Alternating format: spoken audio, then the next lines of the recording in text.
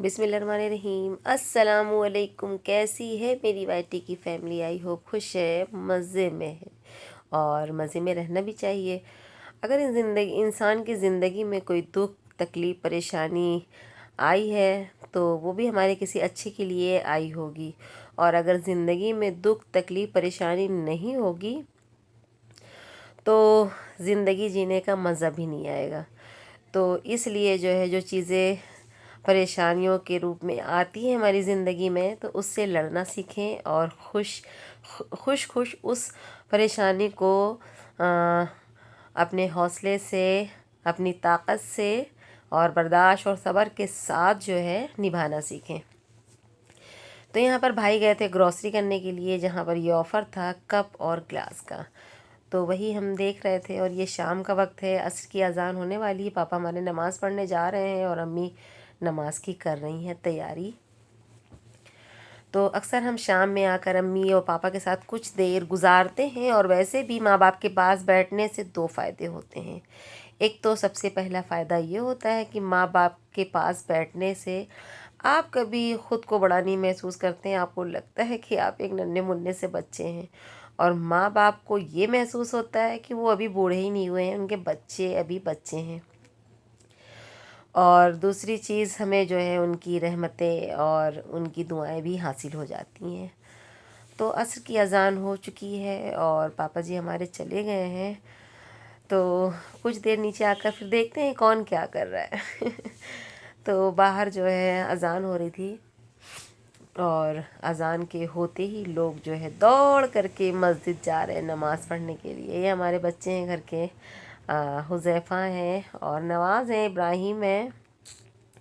तो ये लोग जो है अज़ान सुनते ही दौड़ लगा कर जा रहे हैं। कितना अच्छा होता अगर रमज़ान में सारे लोग जो इबादत शुरू करते हैं, अगर ये रमज़ान के बाद भी रहे, तो मस्जिदों की जो रौनकें होती हैं वो कभी जा नहीं सकती हैं। और नमाज़ पढ़ने से इंसान के दिल को सुकून मिलता है, और आपकी जो परेशानियां होती हैं वो भी जो है दूर हो जाती हैं। तो उसके बाद जो है हम यही सोच रहे थे क्या बनाए यार। शाम होती है तो यही सोचो क्या बनाना है, और दिन में तो बनाना है क्या बनाना है। तो यहाँ बंदरों का हुजूम देखिए कितना ज़्यादा आया हुआ है। फिर उसके बाद हम जो आ गए थे भाई और भाभी के पास कमरे में, हमने कहा देखें ये लोग क्या कर रहे हैं। तो अंदर तो जो है चल रही थी खिदमत। एक नेक परवीन बीबी अपने शौहर की खिदमत कर रही थी। करनी भी चाहिए। और कुछ लोग ऐसे होते हैं जो अपनी बेटियों की शादी कर देते हैं, और उसके बाद जो है वो सोचते हैं कैसे जो है बेटी का घर जो है अलग किया जाए, ससुराल से उनकी सास ससुर देवर जेठ नंद जो भी रिश्ते हैं उन्हें ख़त्म किया जाए, और बेटी का घर जैसे ही अलग हो जाए वैसे हम आकर के जो है उनका परिवार बनकर रहें।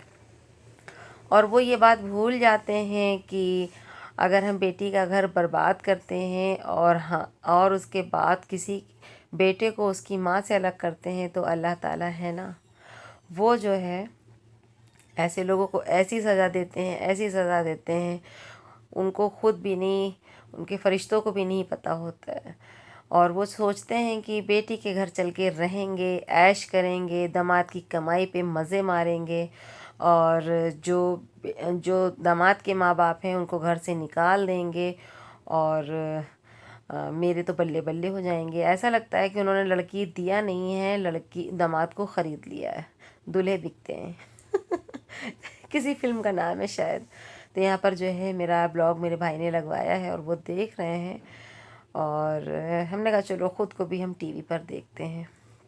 बहरहाल हम ऐसे लोगों की बात कर रहे थे जो इतने बड़े चीटर होते हैं, इतने चालाक होते हैं, इतने लालची होते हैं कि जब अपनी लड़की का रिश्ता दे रहे होते हैं तो इतना शरीफ बन रहे होते हैं और इतनी मासूम सी सूरत बनाए रहते हैं, ऐसे लगता है कि इनके जैसा मासूम तो कोई है ही नहीं।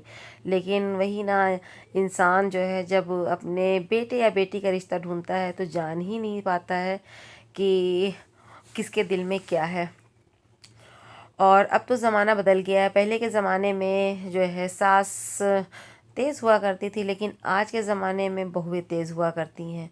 और ये जो खामोश तबीयत की चुप्पी और घुन्नी बहुएं होती हैं ना, इनसे ज़्यादा तो जो है जो जहरीली नागिन होती है वो भी नहीं होती है।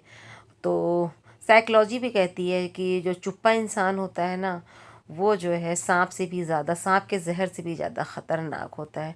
तो अल्लाह ताला ऐसी जो है ख़ामोश तबीयत की बहुएं घर आएँ तो अल्लाह ताला ऐसी बहुओं से बचा के रखें, और माँ बाप का घर और उनकी औलाद को जो है सेफ़ रखें, बचा के रखें। अभी आज ही हम जो है कहीं पर इंस्टाग्राम पर किसी का कमेंट पढ़ रहे थे, उसमें लिखा हुआ था माँ के लिए कि यार फ्यूचर की बीवी के लिए माँ की मोहब्बत को दांव पे मत लगाना।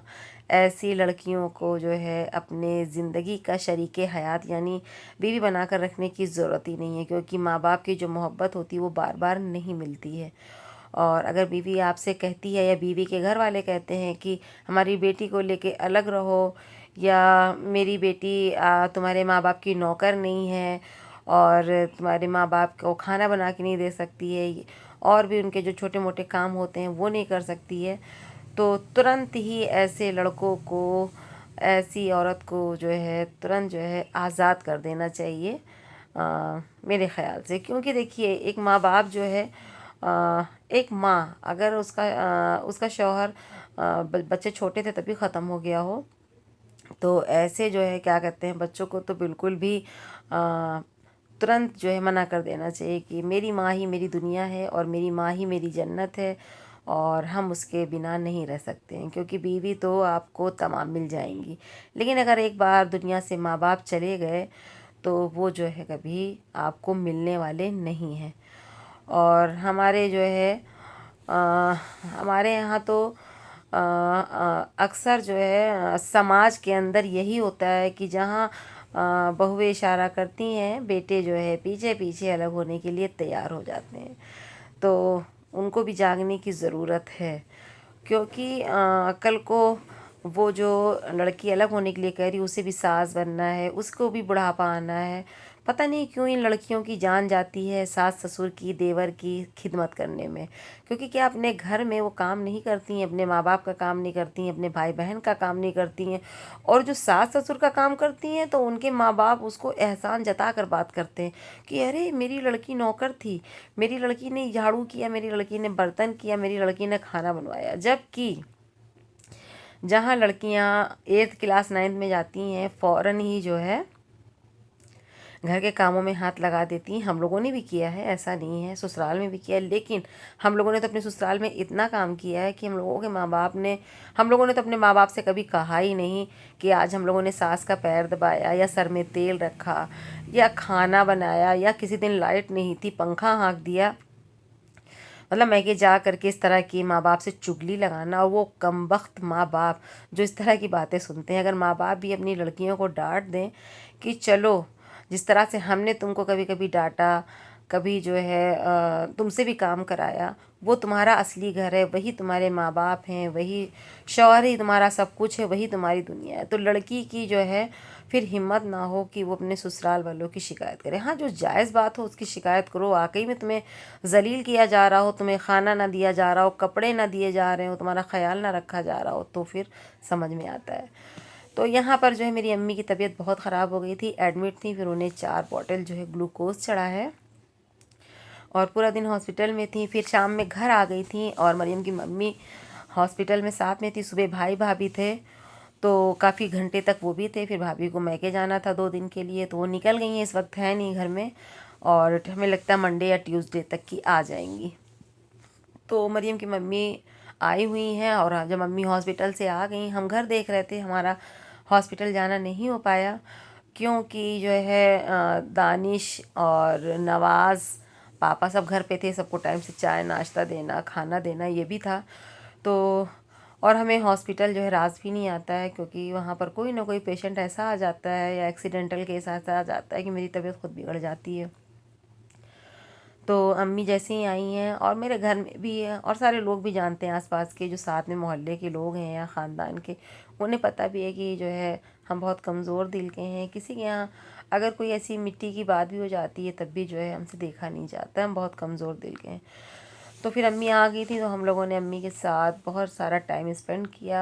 और अम्मी के लिए हमने मूंग की खिचड़ी बना दिया था, तो अम्मी ने वही खा लिया। भूख उन्हें बहुत तेज़ लगी थी। और पूरे 2 दिन का ये ब्लॉग था जो हमने आपके साथ शेयर किया है। तो कैसा लगा आज का ब्लॉग और मेरी जो है आज की बातें, कमेंट सेक्शन में ज़रूर बताइएगा। और अब इंशाल्लाह ताला आपसे नेक्स्ट ब्लॉग में मुलाकात होगी। तब तक के लिए दुआओं में याद रखिएगा अपना और अपनों का ख्याल रखिएगा। फिर मिलते हैं। अल्लाह हाफिज़, टेक केयर, बाय बाय।